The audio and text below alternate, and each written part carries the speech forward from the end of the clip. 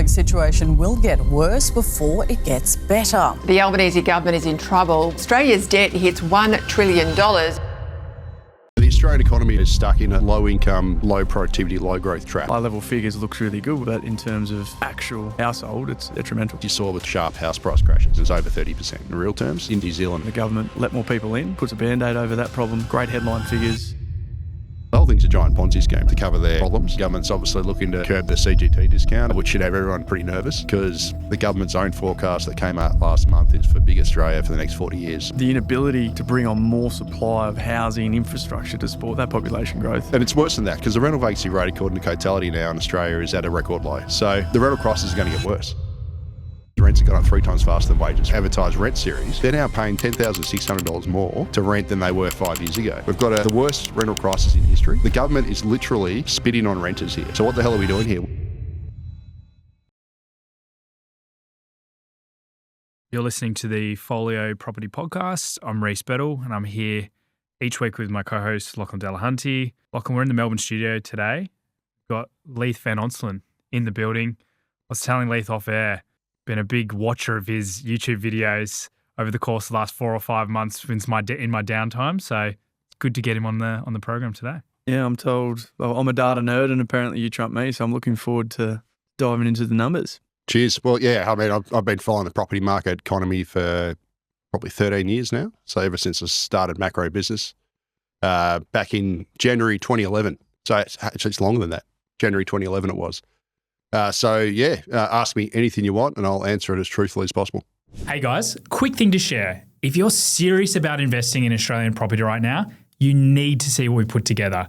It's called the National Investment Report, and it's our brand new monthly deep dive into exactly where the market is moving, what the data is saying, and what the smart investors are looking at right now. You can get the first access completely free. Just scan the QR code on the screen right now or click in the link below to fill out the form. I mean, let's kick it off.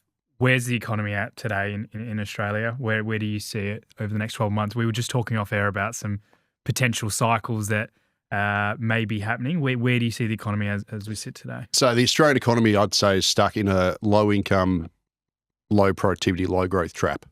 So what I mean by that is that we've basically got the poorest productivity growth in the advanced world, and it ranks right at the bottom of the advanced world over the last 10 years. Very poor productivity growth, and as a result, per capita growth, which is actually the thing that I look at because most of Australia's growth actually just comes through running a high immigration program, and that grows the economic pie. So if your population grows by 1.5%, which is roughly what it does every year, well, then you're going to get roughly 1.5% economic growth, right? Because you're growing more inputs in people means more outputs in growth. That's not what matters. So you can grow the economic pie, but it's everyone's slice of the pie that matters, and that's the area where the Australian economy, quite frankly, stinks. So I've got this very poor productivity growth, and there's a whole bunch of reasons for that, which I can get into. And as a result, where if you don't have productivity growth, you don't have growth in per capita outcomes, you also don't have real household income growth. And that's the predicament that Australia finds itself in, whereby the overall economy is still growing because of high immigration primarily and lots of massive government spending, which is generating most of the job growth that we've got, and that's why I've got a low unemployment rate. But it's not improving living standards, and it's not providing better per capita outcomes for Australians, and that's the problem we've got. Do you think what's propping up our economy that probably some of the government are leaning on is really just letting more people in, which on high-level figures looks really good when you look at growth in markets, etc. But in terms of actual household, it's detrimental. Yeah, 100%. So there's actually two things, but over this century, Australia's population has grown by 9 million people. So if you go to the ABS population clock, which is their running counter of where the population is at, so it literally ticks over as you watch it. Australia's population is now just about to tick over to 28 mil. And that means that since the turn of the century, so, as we rang in the new millennium, all those years ago when I was in my 20s, Australia's population has grown by 9 million people roughly. And that is a 47% increase. That is the second strongest growth in the advanced world after Israel. Extraordinary growth. And that has been the fundamental reason why Australia has this, Australia's economy has effectively avoided recession, and if you exclude the pandemic, since the early 90s, because we've grown the population stronger than just about anywhere else. But our per capita growth has been very poor. our productivity growth is poor. And on top of that, more recently, a bigger driving factor recently has been massive government spending. Obviously excellent, but it's artificial because it's been propped up by this massive government spending. So we've got sort of an economy that over the long term... It's a false economy, right? Because it's essentially been propped up by immigration and propped up by government spending. The government actually aren't doing anything to produce our output other than let more people in, puts a Band-Aid over that problem, great headline figures, and spend more and take on more debt. Yeah, 100%. And in fact, the Centre for Population put out some long-term population forecasts about a month or so ago for the whole of Australia. So what they do is every year they put out their population statement, and it's basically looks ahead 40 years, but it's actually 41 years because the latest data they got's for last year. And they forecast that Australia's population is going to grow by 13.4 million people in 41 years. So this is to 2065, 66. And shock horror, about 11 million of that is going to be in the capital cities, and the regions are going to get hardly any. So driven by 235,000 average net overseas migration is what they forecast. So it's going to have strong growth. But the biggest four capital cities are going to have explosive growth. And I ask, this is one thing I asked in a recent article, is why the hell do we need this growth? Because one of the reasons why we're often told we need all this immigration is because we've got A, an ageing population, and B, to fill skill shortages. The ageing population article is complete BS because the whole thing's a giant Ponzi scheme, right? So the whole thing doesn't work, for starters. The skills shortage thing's an absolute crock because the population's grown by 9 million people this century so far, right? We've dwarfed just about everywhere else, yet we've got worse skill shortages than ever. So how does bringing in a whole bunch of people from overseas solve your skill shortages? Because all you do put more demand on the need for housing and that's flow-on effect. Because we are a property podcast, and I'm loving this, and it's I can see you're so passionate about where this is going. But as property investors, and that's our audience we speak to, it's supply and demand. And all I've heard there is there's going to be a ton of demand coming to this market, which has been propping up the property market for the last 20 years, and is why it's so strong now. The inability to bring on more supply of housing infrastructure to support that population growth, to me, just spells, inflation in house prices and inflation in rents, because when demand exceeds supply, that's when we see prices run. Is that your view? Yeah, I mean, I guess the very long term it is, but in the short term, you can get some pretty big hiccups. So two other countries that have had very strong run-ups in house price, very similar to us over the last 20 odd years, is New Zealand and Canada. And we're number two on the population growth stakes, but New Zealand and Canada have actually had very sharp house price crashes. So New Zealand's down about 18% from peak, and in real terms, so once you adjust for inflation, it's over 30%. So New Zealand's back to where it was in 2019. 30%? 30%. Oh, it's brutal. And then their government, unlike ours, actually has brains, and they said, nah, we've run it too hard. The punters are unhappy for starters, but also we've engineered a rental crisis that was similar to ours, bad. Infrastructure crush loaded. They've had a whole bunch of problems. The Canadian government actually cut their immigration starting from about mid-2024, and Canada's house prices have fallen by about 30% in real terms as well.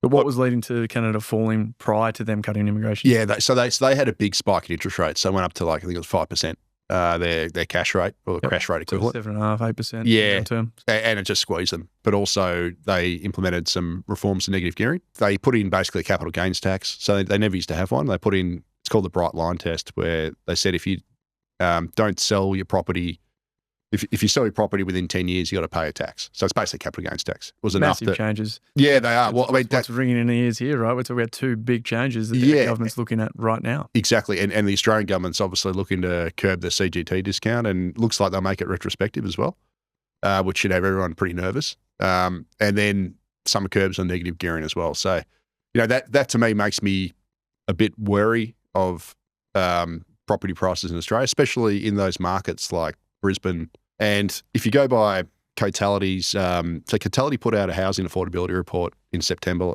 but for the September quarter last year, where it just grabs the median dwelling value to the median household income.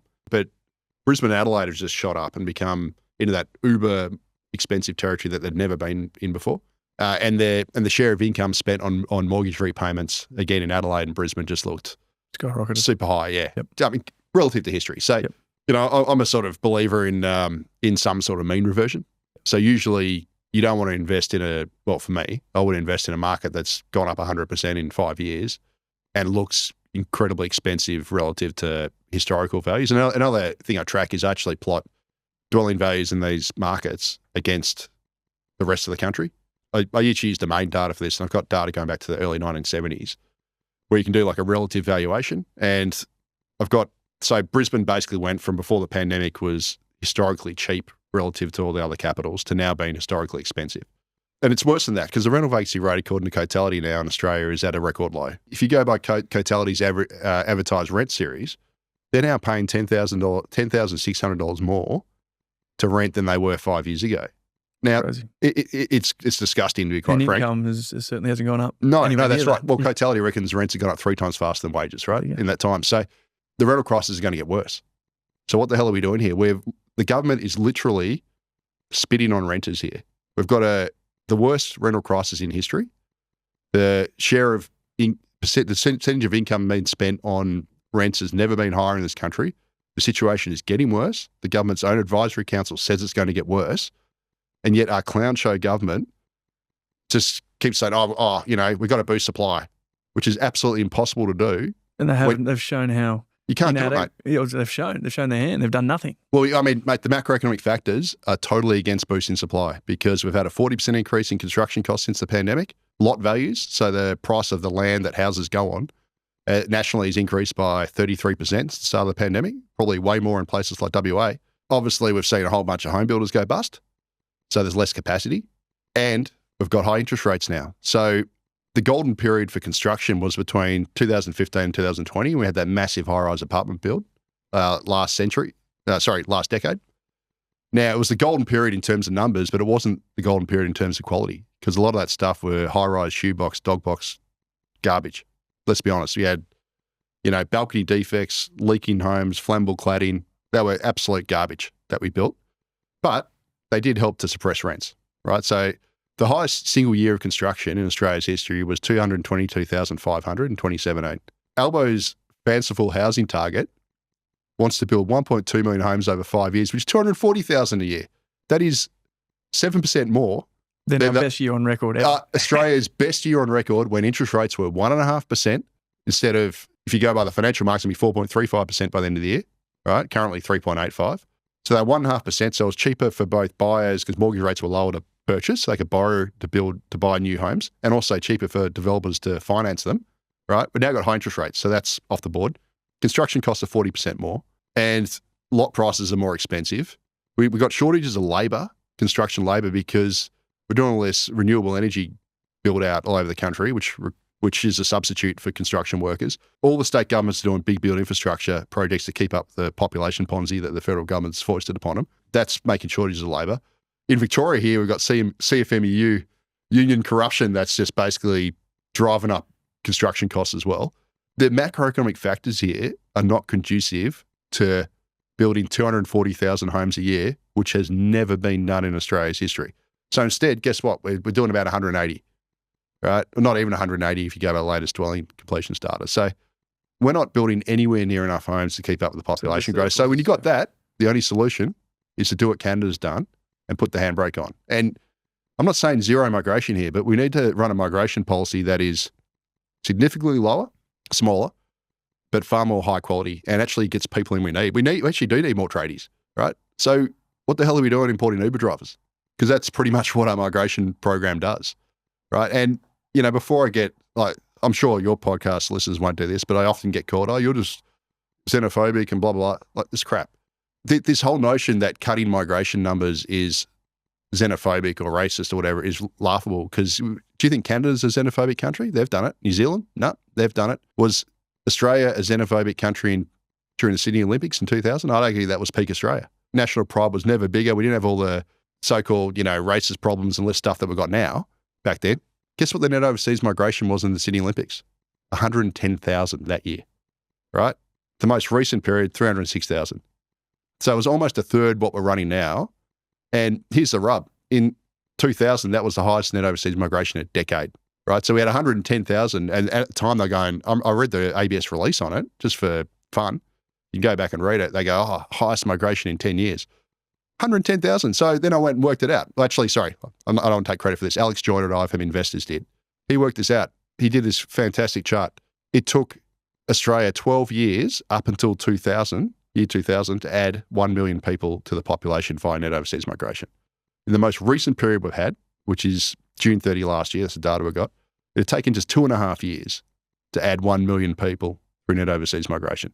That there is your problem. Like the most recent period, we've grown the population through immigration more than 4 times faster than we did in the year 2000. That is why, fundamental reason why we've got a housing shortage. You don't grow the population faster. If you grow the population faster than your capacity to build housing infrastructure, which is what we've done for 20 odd years, well, obviously you're going to have problems. You're going to have shortages of housing. You're going to have shortages of infrastructure, which is exactly what we've got. This is not controversial stuff here. This is basic maths. How does that compare to like a natural increase? So we're obviously talking astronomical numbers in terms of increase in migration, but not looking at any figures, but families are getting smaller here in Australia. The 3, 4, 5 kid families are now the 2. How does that compare to like a natural increase in terms of population? So natural increase is a bit misleading. So when you look at the population data, say average it out over the decade, people go, 2/3 of the popular growth comes from migration, 1/3 from natural increase, roughly. It's actually not. It's actually 100% from migration, because when migrants come and then they have children, that's counted as natural increase. But if the migrants didn't come, they wouldn't have the children. So the fact of the matter is we've got a fertility rate. So the number of children per woman in Australia is just under 1.5, right? It's actually similar to what Japan's was about a decade ago when, so the replacement rate's 2.1. So without migration, the population wouldn't fall immediately because we've got an aging population. So it takes time. But if you go forward, say 20 years, once it catches up, the bulge in the snake works its way through, without migration, our population would fall. So really 100% of our population comes from migration, both directly as soon as they jump off the plane and indirectly once they have children. So it's really, if you want to control the population, you got to control migration. So if you slow migration, you slow population growth, vice versa. The birth rate is largely irrelevant. There's no sign of this slowing down, right?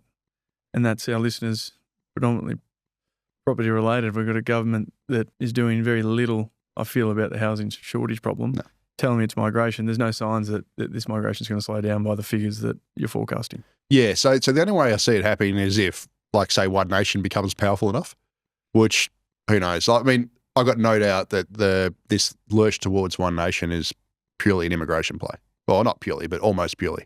So Australian public, we've kind of hit a tipping point, right? So the Australian public have been ignored on the immigration question for 2 decades. Last decade, opinion polls, all of them show they want lower immigration, etc. They've all been told, oh, you're racist, you're this, you're that for wanting that, blah, blah, blah. There isn't any room for proper debate in this country, because as soon as you try and debate something, I do it all the time. I debate net zero. I think that's absurd. I debate this mad rush to renewables over baseload power, etc. I think we're committing economic suicide. But as soon as you do that, climate deny.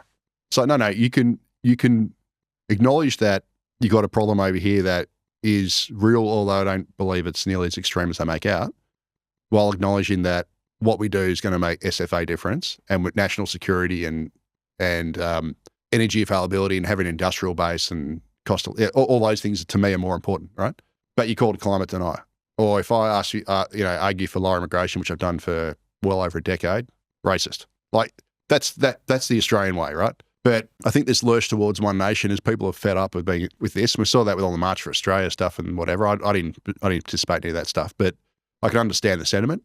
And also, if this AI shock is as bad as what it could be in terms of job losses and that sort of stuff, the government might eventually be forced to actually do it. Or if we have a big enough economic downturn for some reason, they could be forced to cut immigration. But yeah, the base case is certainly not that, because the government's own forecast that came out last month is for big Australia for the next 40 years. Basically a cut and paste copy of the garbage we've done the last 20 years, which hasn't worked and has been one of the reasons why Australia has terrible productivity growth, and one of the reasons why we've had this declining living standards, and we've got quite frankly, a crap economy.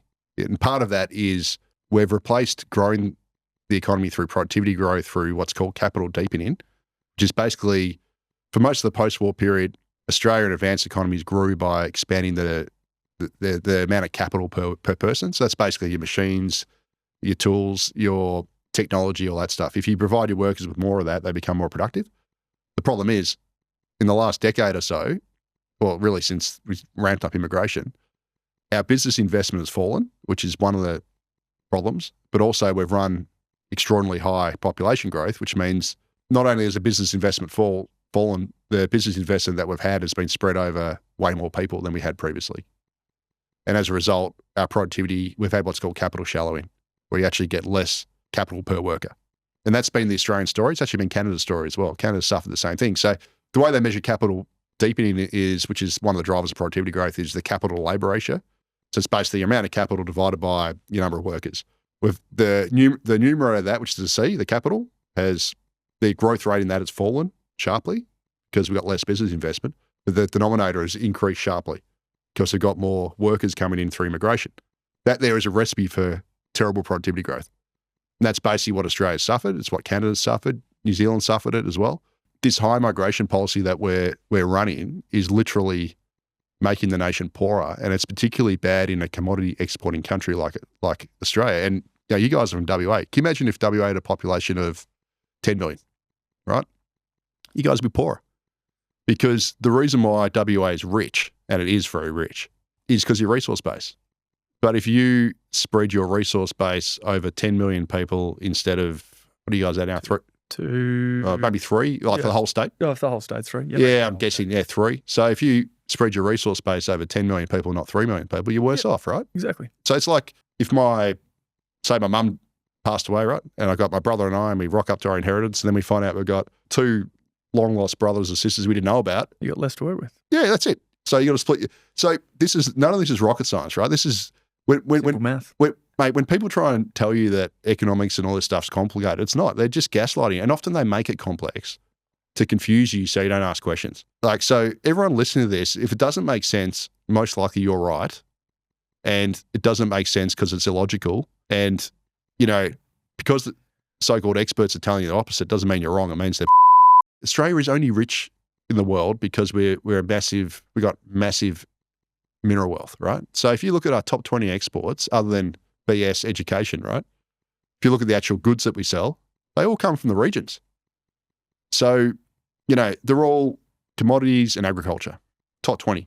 Okay, so they are independent of the size of Australia. So if Australia is supposed to get to 41 point something million people by 2065 instead of 28 currently, well, we're going to sell the same amount of that stuff regardless of how many people we've got, because the demand for it's called exogenous. So it comes from overseas, right? It's independent of what we do here. So I'd argue that Australia would be a much richer place if we had a population 20 million than we do 28 million currently, because we'd be spreading our resource base over less people. But it makes no sense to run this high migration policy. It just makes, all we're doing is diluting our mineral wealth. And this is the other thing. It certainly makes no sense to grow Melbourne, which does nothing productive really, to 9.1 million people. Because again, Australia is wealthy because of the regions. Most of we often say, a lot of the economic wonks go, the capital cities are the drivers of productivity because capital city people get paid more. That's complete BS. You actually look at our production and where Australia pays its way in the world, your exports pay for your imports. We earn our exports in the regions, right? But our regions are only forecast to have 38,000 net overseas migration each year for the next 40 years, whereas our capital cities are going to get 196,000. So the whole plan in Australia is just to grow our cities aggressively by about 11 million people, 10.9 million people over the next 40 years, and barely grow this capital city, the regions. Yet our wealth comes from the regions. This is just we do everything back to front in this country. When you literally are rich because of what you sell to the rest of the world, which gets dug up out of the ground or is farmed, which is basically like it or not, that's our economy, right? It's not sophisticated. It makes no sense to just import hundreds of thousands of people every year to go and sit in the city and buy imported goods and do service jobs where we basically just sell each other. I come to my personal training, you can work your guns, and then he goes here and buys a coffee, and then this guy does this, and then this guy buys a flat screen TV, and this one buys a computer, and it's a clown show economy we got here. Can you imagine Norway or Qatar, which are rich because of the oil and gas exports, and they actually tax theirs properly and actually save it and use it for themselves. Well, Norway's got a population of 5.5 million people. It's got a sovereign wealth fund that's worth 300,000 US per citizen because it's oil and gas is mostly government owned, but even the private operators are taxed really heavily. They collected that money, invested it in a sovereign wealth fund that invests overseas. They're the biggest shareholders of Microsoft and other companies. Got this, they're sitting on an endowment like a future fund that's worth 300,000 US per resident. Well, if Norway had 11 million people instead of 5.5 million people, guess what? It wouldn't be worth 300,000 per resident, it'd be worth 150. So for them, they have a direct incentive not to run a high immigration policy. But Australia doesn't have that. Well, we should do that, but because we have biased our tax system to be 2/3 reliant on personal income taxes. So the federal government, if you're working the Treasury, your maths is pretty simple. Bring in hundreds of thousands of people every year. Most of them will work. We collect more personal income taxes. Revenue goes up. They don't factor in The cost. the cost to the states, to the local governments, to us as individuals. If you live in Sydney, at the turn of the century last year, in like 2000, they had like only 2 toll roads, I think it was. Now you go to Sydney, there's toll roads everywhere, right? So you can't drive around Sydney without Transurban texting you, going, hey, give me some money, right? They built those toll roads to keep up with the mass immigration that the federal government's foisted upon them. The state government's broke. They couldn't afford to build the roads, so they get the private operators to do it. It doesn't matter to you whether you pay money to the state government as tax or you pay it to Transurban as a private tax, you're still getting fleeced. The federal government never factors in the cost of this stuff, right? They just go, more migrants equals more personal income tax equals, yay, federal budget. They're morons. But if they actually taxed, had run a tax system that wasn't so reliant on personal income taxes, and I'm not saying we have to go full Norway or full Qatar or whatever, but model it a bit more like that, they'd have direct incentive not to run a high immigration policy because they'd be getting more from endowment, right? So if you run a high immigration policy, you actually dilute your wealth and dilute your benefit. So, like part of the way to solve this crap is just if the state governments of New South Wales and Victoria, which get about 2/3 of the migrants, said, we're going to team up, we're going to go to Canberra and we're going to stay on them we're going to lobby them like hell and we're not going to stop. Every single migrant that gets brought into that lands in Sydney or Melbourne, or it could be the other states like Perth, whatever, the federal government must give $50,000, which it wouldn't even cover the cost, but it's a start. $50,000 per migrant that lands in our state, the federal government's got to give us that to cover their infrastructure costs and the services cost and whatever. I guarantee you, if the federal government then goes, oh, okay, we don't just collect tax revenue now, we've now got to spend money for each of them, or maybe we should run a smaller migration policy because it wouldn't have a direct financial incentive. They'd internalise that cost. That's what we need to do. But it'll never happen. Leith, before we get you out today, mate, it's been good. It's been very good so far. Give us your outlook on the Australian property market. Will there be correction outside your obvious handbrake you've been mentioning in terms of migration? If nothing changes in the next 6-12 months, do you see there being a slowdown? And if so, any areas in particular? Yeah, so I think there'll definitely be a slowdown just because we've got obviously rising rates and it's getting pretty overvalued. So probably not in Melbourne just because it's done nothing for 5 years anyway. It doesn't really go anywhere. But and I wouldn't be surprised if we have a correction. And I hate saying this because I think all the land cycle people have been saying 2026, but I wouldn't actually be surprised if we actually get one in 2026. So I think Sydney's going to go through one right now. The momentum in the house price data with Cotality, et cetera, suggests that Sydney's going to probably have 5% price falls this year potentially. But I wouldn't be surprised if Brisbane and Adelaide maybe follow next year. They could rise still strongly this year, but maybe sometime next year they'll probably have a correction. And it'll purely be rates are going up. They've gotten very expensive. And at some point there'll have to be some sort of mean reversion. That's my view. Then again, anyone listening to this, don't go, I'm going to go out and follow Leith's advice because I've sucked at picking the property market because it's actually very hard. Like it's hard to pick this stuff, right? So this is just my thinking. I just think Brisbane, Adelaide are very overvalued or getting expensive. So if they have more of a run up this year, and I think like CBA and KPMG forecast Brisbane in particular to have strong growth this year. By the end of this year, it's going to be getting into super, super overvalued territory. And at some point, there's going to be some sort of correction. That just makes me nervous. Whether or not it happens, I don't know. Perth, probably depends more on the commodity cycle. So this war in the Middle East might actually help Perth in some ways, because WA gets so much revenue from, the LNG prices increasing, and I'm not sure what's going to do to iron ore, but you could actually get a terms of trade boom, which always is good for Perth. Like, Perth is more of a boom bust market, and I think you're still in that boom, and it can run for longer. But that being said, if we have this conversation in a year's time, or whatever, 18 months or 2 years, whatever, I wouldn't be surprised if I'm then warning on Perth, because we know Perth historically, if you go back to the 1970s, it is a boom bust market and tends to follow that commodity cycle. And you guys had a pretty steep correction from 2014 up to, I think it was 2014. 2014 to 2019. Yeah, 2014, 2019. And now you're having the flip side of that, but you could go back to having another one of those.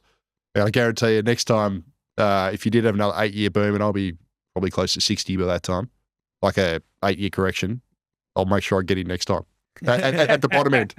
Because it is one of those markets where you can make heaps of money on the upside. But then also, if you buy at the very peak and then it has one of those commodity price corrections, whatever, you can also have downside, as you saw between 2014 and 2019. So, yeah, but I think Perth's got more to run, just because, if anything, this war overseas and the shortages and all that sort of stuff, it's probably going to work in its favour.